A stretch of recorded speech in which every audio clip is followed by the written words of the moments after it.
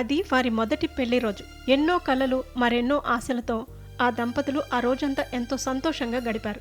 కానీ విధి ఆడిన వింత నాటకంలో ఆ సంతోషం నిమిషాల వ్యవధిలోనే ఆవిరైపోయింది. భద్రాద్రి కొత్తగూడెం జిల్లా మనుగూరులో చోటు చేసుకున్న ఈ ఘటన స్థానికులను కంటతడి పెట్టించింది. రైల్వే ఉద్యోగిగా పనిచేస్తున్న నవీన్, నూతనకు ఏడాది క్రితం వివాహం జరిగింది. ప్రస్తుతం నూతన 6 నెలల గర్భవతి. శుక్రవారం వారి మొదటి వివాహ వార్షికోత్సవం కావటంతో ఉదయం నుంచి ఇద్దరు ఎంతో ఆనందంగా గడిపారు.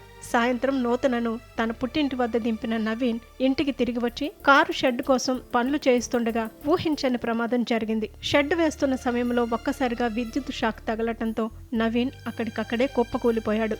హుటాహుటిన ఆస్పత్రికి తరలించినా అప్పటికే నవీన్ మృతి చెందినట్లు వైద్యులు ధృవీకరించారు. కొద్దిసేపటి క్రితం వరకు తమతో నవ్వుతూ గడిపిన నవీన్ ఇక లేడన్న వార్త విన్న భార్య, తల్లిదండ్రులు గుండెలవిసేలా రోధిస్తున్నారు. చేతికి అందొచ్చిన కొడుకు జీవితంలో సెటిల్ అవుతున్న సమయంలో ఇలా అనంత లోకాలకు వెళ్లడం ఆ కుటుంబాన్ని కోలుకోలేని దెబ్బతీసింది. కడుపులో పెరుగుతున్న బిడ్డకు తండ్రి మొహం చూపే భాగ్యం కూడా లేకుండా పోయిందని భార్య విలపిస్తున్న తీరు అక్కడి వారిని కదిలించి వేసింది. ఈ ఘటనపై పోలీసులు కేసు నమోదు చేసి దర్యాప్తు చేపట్టారు.